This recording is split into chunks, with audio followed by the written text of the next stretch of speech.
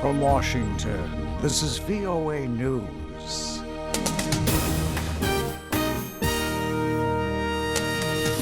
I'm Joe Palca reporting. The chairwoman of the Democratic National Committee resigns. And I think, as I have said a long time ago, that the time is now for Debbie Wasserman Shultz to step aside, not only for these issues. We need a Democratic Party that is open, that's going to bring young people and working people into it, that is going to stand up and take on the big money interests and fight for working families. The voice of former presidential candidate Bernie Sanders calling for the resignation of the chairwoman of the DNC. His vested interest, however, went a little beyond differing philosophies after WikiLeaks disclosed nearly 20,000 emails from Democratic Party leaders over the last year and a half that show that they had mocked and criticized the upstart campaign of the Vermont senator while he was waging an unexpectedly tough challenge to Clinton for the nomination. The head of the U.S. Democratic Party, Debbie Wasserman Shultz, resigned today. With more from the convention, here's VOA's Michael Bowman. Democratic nominee-to-be Hillary Clinton says in coming days she will draw a sharp contrast with her Republican opponent. We will offer a very different vision for our country. One that is about building bridges, not walls. Clinton spoke Saturday with her new vice presidential pick, Virginia Senator Tim Kaine, while Donald Trump focused on illegal immigration and other perceived threats to America at last week's Republican National Convention. Kaine is making direct appeals to the nation's growing Hispanic community and highlighting his fluency in Spanish. Bienvenidos a todos en nuestro país. Michael Bowman, VOA News, Washington. This is VOA News. Members of Turkey's ruling and main opposition parties are rallying together in support of democracy and condemn the bloody coup attempt of July the 15th.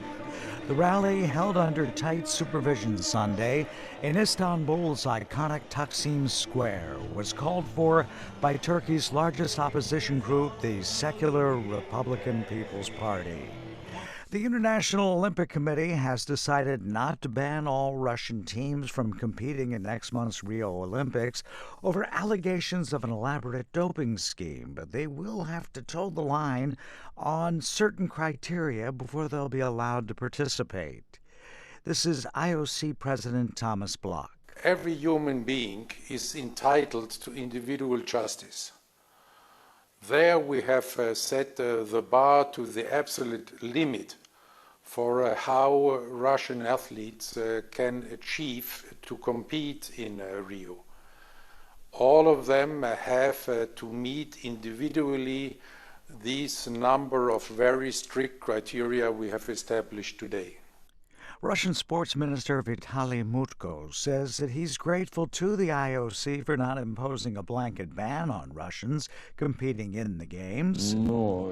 He went on to say that these criteria are very tough, but this is a particular challenge for our team, and I can say that I'm absolutely sure that the majority of the Russian national team will fulfill these criteria. German investigators say the teenage gunman who killed 9 people on Friday night in Munich received psychiatric treatment and planned the mass shooting for more than a year. According to Thomas Steinkross Koch, a spokesman for the Munich prosecutor's office, the 18-year-old, identified only as David S., received inpatient treatment in 2015 for 2 months before getting outpatient care. A British-based human rights group said Syrian government airstrikes struck 5 makeshift hospitals on Saturday in a rebel-held area, killing 1 infant and jeopardizing medical care for more than 200,000 civilians in rebel-held areas. The Observatory for Human Rights said the airstrikes disabled 4 clinics in the provincial capital of Aleppo and one just west of the city. Syrian government and allied forces last week surrounded rebel-held sections of Aleppo, which has been contested now for 4 years. Afghanistan is marking a national day of mourning on the day after a bomb attack in Kabul killed at least 80 people and wounded more than 200 others during a peaceful protest rally. Islamic State has claimed responsibility for Saturday's deadly attack. And China's standoff with its neighbors over the South China Sea territorial dispute is expected to again be a focus as foreign ministers from the region and U.S. Secretary of State John Kerry gather in Laos this week. For more on all these stories, visit our website at voanews.com. Joe Palca reporting from Washington.